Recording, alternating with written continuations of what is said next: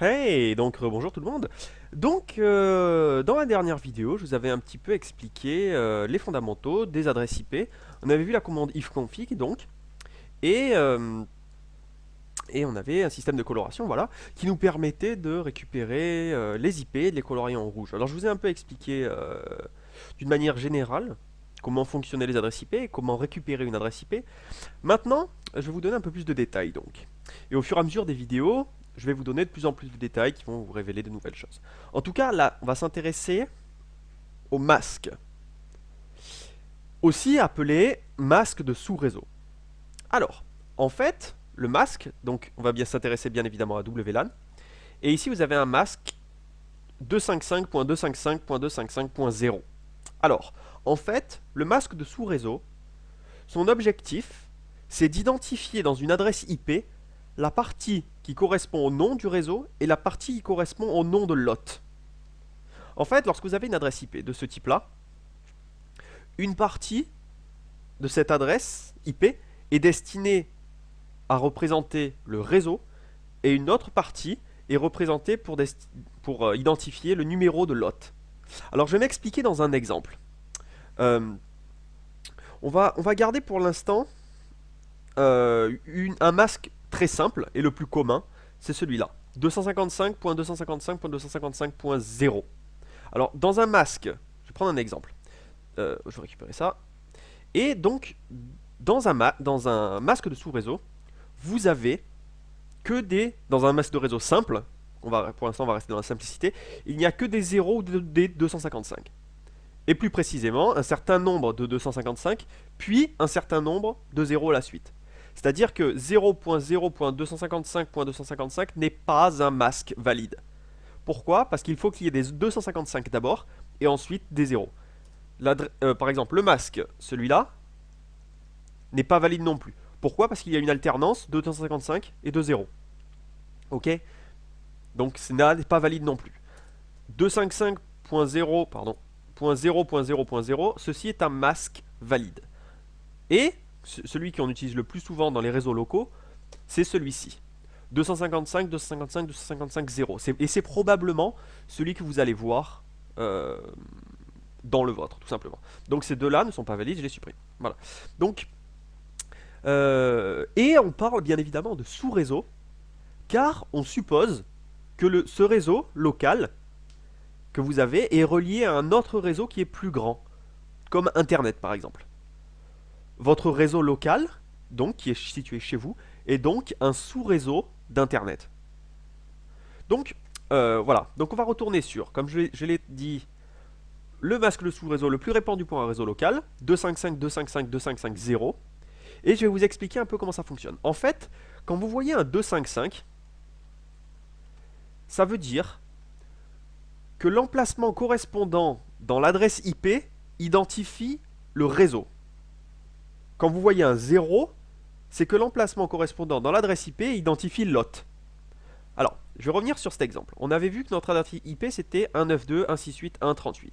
On va la noter. Donc, je vais y arriver. 192.168.1.38. En fait, ce qu'il faut bien comprendre, c'est que 192 est relié à ce 255.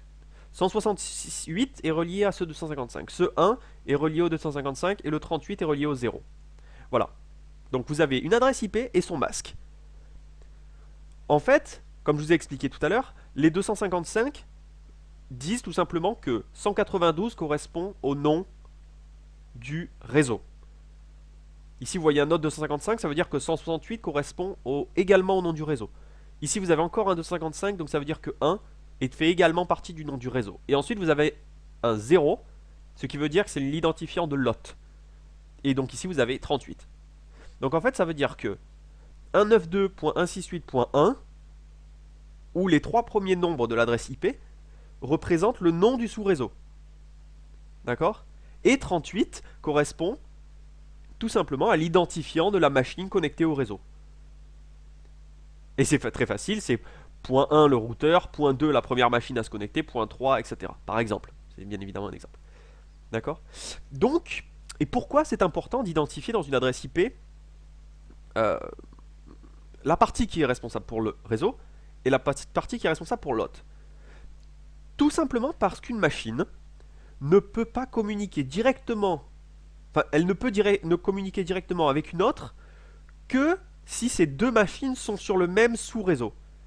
Et avec une adresse IP et son masque associé, on peut très rapidement savoir si c'est le cas ou pas.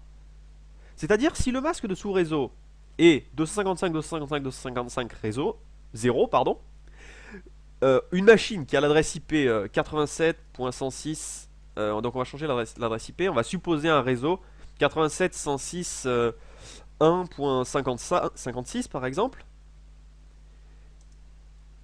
et l'adresse 106.1, je sais pas, 122, voilà.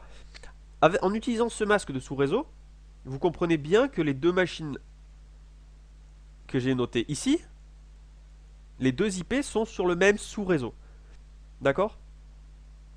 Bien évidemment, du moment que vous récupérez 87.106.1 et que vous rajoutez quelque chose après, voilà, cette machine est sur le même sous-réseau, cette machine est sur le même sous-réseau, etc. D'accord? Rien de très compliqué. Et vous remarquez que si ici je change par un 2, par exemple, que cette machine-là ne sera pas sur le même sous-réseau. Ok? Donc, c'est pour ça que maintenant, en gros, vous savez pourquoi il est indispensable aussi d'avoir le masque de sous-réseau en combinaison avec l'adresse IP. Car il peut y avoir une grosse différence entre une adresse IP identique qui correspond à un masque de sous-réseau différent. Je m'explique. Si vous faites 192.168.1.10, je sais pas, et que le masque de sous-réseau est différent, et 255.255.0, ça veut dire que la machine 192.168.50.50 sera sur le même sous-réseau. D'accord? Donc, très important de noter. Donc, on va faire un petit peu de pratique, allez. Et je vais vous donner donc une nouvelle commande. Une autre commande qui est fondamentale dans les réseaux, et dont vous avez peut-être déjà entendu parler, c'est la commande ping. P-I-N-G. Alors, sans rentrer dans les détails, pour l'instant, on va dire que c'est tout simplement un morceau d'information qui sera envoyé sur le réseau vers la destination donnée. Et la destination, il faut bien évidemment la donner. Okay. Ensuite, si ce morceau d'information est reçu par la machine distante, elle est censée renvoyer un message pour dire qu'elle a bien reçu le premier message. Voilà. Donc, ping pourrait être une référence au ping-pong. Voilà, j'envoie la balle et j'attends qu'elle revienne. Si elle revient, c'est qu'il y a bien quelqu'un en face de moi, quoi. Ça veut dire que je ne joue pas tout seul. Donc, ping est donc le moyen le plus fondamental, tout simplement, pour diagnostiquer si une machine est joignable sur le réseau. Donc on va tester ping tout simplement pour envoyer un message à notre routeur. Alors l'adresse de notre routeur c'est 192.168.1.1. Ok. Et on va voir ce qui se passe. Donc sur Linux, la commande ping par défaut ne s'arrête jamais.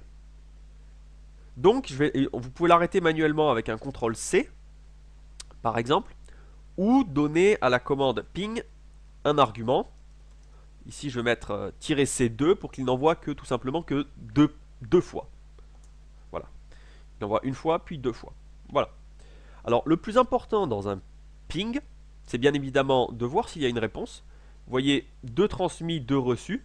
Ça veut dire que tout s'est bien passé d'une certaine manière. Et ce qui est important aussi, c'est le temps. Ici, vous voyez le temps que l'information a mis pour le temps que votre système a attendu pour recevoir une réponse. Ok. Donc, ça vous permet donc de mesurer la vitesse de cet échange sur le réseau. Bien évidemment, de vérifier s'il y a eu un échange. Ensuite, vous pouvez vérifier la vitesse de cet échange, comme je l'ai dit. Mais vous pouvez aussi tester la fiabilité du réseau en analysant tout simplement si certains morceaux ont été perdus. Ici, vous voyez. Pourcentage perdu. Ici, 2 sur 2, tout simplement. Si vous laissez le programme tourner pendant longtemps, vous aurez peut-être des pertes. Et ça voudra dire que votre réseau n'est peut-être pas fiable, tout simplement. Ok. Donc, en tout cas ici, la machine, elle me répond. C'est donc, bien évidemment, que j'arrive à rentrer en contact avec elle. On va tenter avec une autre adresse, par exemple. On va mettre 192.168.1.2. Ici, vous voyez 2 paquets transmis, 0 reçu. Alors j'aborderai les notions de paquets plus tard, hein. Mais donc ici, vous voyez qu'il y a un problème, c'est que l'ordinateur n'est tout simplement pas accessible. Attention, s'il n'y a pas de réponse, ça ne veut pas dire que la machine n'existe pas. Car cette machine pourrait être programmée tout simplement pour ne pas répondre à la commande ping. D'accord? Donc, ce n'est pas obligatoire que cette machine n'existe pas. Si vous avez une réponse, c'est que cette machine existe. Si vous n'en avez pas, ça ne veut pas dire qu'elle n'existe pas. D'accord? J'espère que tout le monde a compris la logique. On va par exemple tenter de pinguer maintenant 127.0.0.1. Donc je vous avais parlé dans la vidéo d'avant. Voir si je suis joignable par moi-même. Et bien évidemment, je vais envoyer que 2 paquets. Voilà. Et vraisemblablement, je suis joignable par moi-même. Et ici, on peut noter la rapidité avec laquelle j'arrive à rentrer en contact avec moi-même. Ici, vous voyez 0,02 millisecondes. Et alors que si je regardais ma connexion avec le routeur, c'est aux alentours entre 0,5 et 2 millisecondes. Donc vous voyez, c'est évidemment plus long de communiquer avec une machine de son sous-réseau qu'avec soi-même. D'accord? Ok. Donc vous voyez ici que c'est bien évidemment une machine locale. Ok. Donc maintenant, on va retourner un petit peu à la théorie. En fait, pour nous, les êtres humains, c'est assez difficile de retenir une suite de nombres, comme les adresses IP par exemple. Tout le monde utilise Internet, mais personne ne mémorise des adresses IP. Pourquoi? C'est parce que pour nous, c'est plus facile de mémoriser des mots ou des phrases ou des systèmes de référence plutôt associés aux lettres qu'aux chiffres. C'est pourquoi on a créé un système pour relier les adresses IP à quelque chose de plus facile à retenir. Ce système s'appelle DNS. DNS, donc pour l'abréviation de Domain Name System. En fait, c'est un système qui permet donc de relier une adresse IP à quelque chose de plus facile à retenir. Donc un nom de domaine par exemple pourrait être google.fr. Voilà. On va tenter de pinguer ce nom de domaine, puisque maintenant on a un nouveau verbe. Pinguer. Ok. Donc pinguer google.fr pour voir ce qui se passe. Ici vous voyez, tout se passe à merveille, pourtant je ne lui ai pas donné d'adresse IP. Parce que, grâce à DNS, alors bien sûr je ne vais pas rentrer dans les détails sur les serveurs DNS maintenant, mais il faut bien se rendre compte que utiliser des chaînes de caractères comme des noms de domaine par exemple est possible et que la traduction se fait en adresse IP. D'accord? Donc, ici, DNS va transformer google.fr en 74.125.230.216. On peut donc se rendre compte que c'est encore plus long de rentrer en contact avec Google qu'avec son routeur. Ici, vous voyez 60 millisecondes. Et pour rentrer en contact avec le routeur, je vais le refaire. 192.168.1.1. Ici, vous voyez qu'il me faut que 1 milliseconde. Entre 1,5 et 2 millisecondes. Et 60 pour accéder à google.fr. Ok, donc vous voyez un petit peu l'échelle de valeur. Plus l'information va loin, plus le temps passe, tout simplement. C'est-à-dire que si vous allez juste, si l'information reste sur votre machine, c'est de l'ordre de 0,02 millisecondes. 1,5 millisecondes pour aller jusqu'au routeur et revenir. Et 60 millisecondes pour aller jusqu'au serveur de google.fr et revenir. Ok? Donc on va récupérer cette adresse IP 74.125.230.216 et on va la mettre dans notre navigateur et on va voir un peu ce qui se passe. Je vais tout simplement mettre l'adresse IP ici en haut. Et ici vous vous rendez compte que finalement je suis sur google.fr. En fait, voilà, il faut bien comprendre qu'il s'agit de la même chose. Bien évidemment, il y a d'autres détails dont je ne parlerai pas maintenant, mais en gros, voilà, là, cette association entre DNS et l'adresse IP. Donc, en fait, par exemple, pour revenir sur 127.0.0.1, on peut aussi faire référence avec l'appellation localhost, qui s'écrit de cette manière-là. En fait, ici, vous avez bien compris que ça, c'est ça.